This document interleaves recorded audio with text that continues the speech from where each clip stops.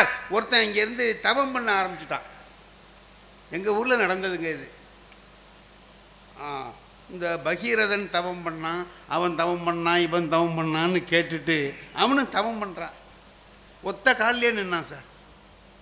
அவன் என்ன நினச்சிட்டு இருக்கான், ஒரு 1000 வருஷம் அந்த மாரி தவம் பண்ணோம்னா சிவபெருமான் வருவார் அப்படின்ட்டு ஆரம்பித்தான். அது என்னன்னா சிவபெருமானுக்கு அந்த பக்கமாக போனார். அவருக்கு என்னடா என்னமோ நிற்கிறானே கேட்டுருவோன்னு சொல்லிட்டு உடனே வந்துட்டார். அவன் அதை எதிர்பார்க்கல. இவ்வளவு சீக்கிரம் சிவபெருமான் வருவார்னு அவன் நினைக்கல. அவர் வந்து தம்பி என்னப்பா தவம் பண்ணுறியே, என்ன வேணும்னு கேட்டார். அவன் இன்னும் என்ன வேணுங்கிறதே முடிவு பண்ணலை. சில பேர் கட்சி ஆரம்பிச்சிருவான், என்ன கொள்கைன்னா இன்னமும் தான் முடிவு பண்ணணும்பா.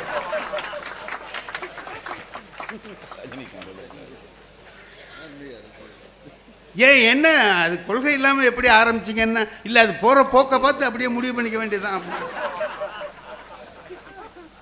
அது மாதிரி இவன் ஒத்த காலில் நிற்கிறான். சிவபெருமான் வந்து என்ன வேணும்னு கேட்குறாரு. என்ன வேணும்னு சொல்ல தெரியல.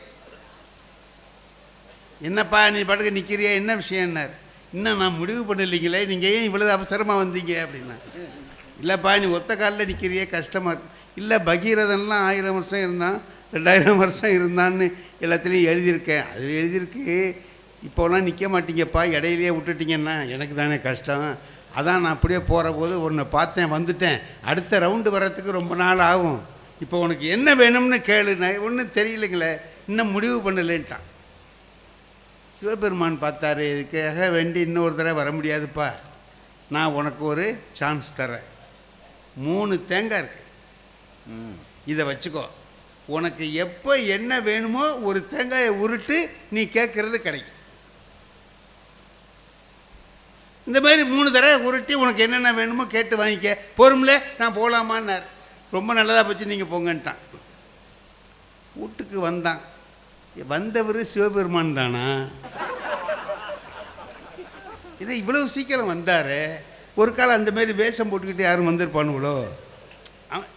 உடனே கிடைச்சா அது மாதிரி சந்தேகம்லாம் வரும் இல்லையா, வந்துடுச்சு. அவர் கொடுத்த தேங்காவுக்கு சக்தி இருக்கா, இல்லை வெறும் தேங்காயா? சரி ஒரு டெஸ்ட்டு பண்ணுவோம் அப்படின்ட்டு என்ன டெஸ்ட்டு பண்ணலான்னு ரூமில் போய் உட்காந்துக்கிட்டு பார்த்தான். இன்னமும் முடிவு வரல என்ன செய்யலான்னு. பார்த்தான் கண்ணாடியில் மூக்கு அவனுக்கு ரொம்ப சப்பை என்ன மாதிரி. அதோடு பார்த்தான் இதை கொஞ்சம் நீட்டமாக ஆக்கிடுவோம் அப்படின்ட்டு ஒரு தேங்காயை உருட்டி இந்த மூக்கை கொஞ்சம் நல்லா நீட்டமாக ஆக்கு அப்படின்னா. அது என்ன ஆகிட்டு நீட்டமாக போட்டு எய்த்த செவுத்தில் போய் இடிக்கிற வரைக்கும் பிடிச்சி. ஐயையோ இதை எடுத்துக்கிட்டு எப்படா பஸ்ஸில் எல்லாம் போகிறது, அவன் முன்னு மூக்கை எடும்பானே அப்படின்னுட்டு இது என்ன பண்ணுறதுன்னு தெரில.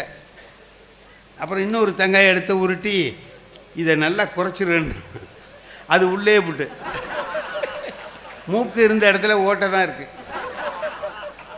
இப்போ பார்த்தான், ஐயோ இது என்னடா இது பெரிய சங்கடமாக போச்சே, இப்போ ஏதாவது ஒரு ஏற்பாடு பண்ணி ஆகணுமேன்னு சொல்லிட்டு சரின்னு 3வது தேங்காயை உருட்டி முந்தி இருந்த மாதிரி வையின்னா முந்தி இருந்த மாதிரி வந்துடுச்சு.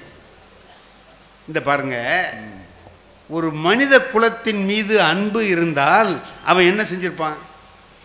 இவ்வளவு பெரிய அருமையான வாய்ப்பு நமக்கு கிடைச்சிருக்கேன்னு இங்கே யார் யாரெல்லாம் ஊனமுற்றவர்கள், அவர்கள் மாற்றுத்திறனாளிகள் இருக்காங்களோ அவங்க எல்லாருக்கும் காலு கை இல்லாதவங்களாம் வரவை ஒரு தேங்காய் சொல்லணும்லங்க. அந்த அன்பு இருந்திருந்தால் அவன் அந்த அறத்தை செய்திருப்பான். இல்லாததுனால என்ன பண்ணான், சொந்த நலனை தேடினான். மூக்கு போன இருந்த மூக்கு இருந்தபடி இருக்கிறதுக்கே 3 தேங்காயும் சரியா போச்சு.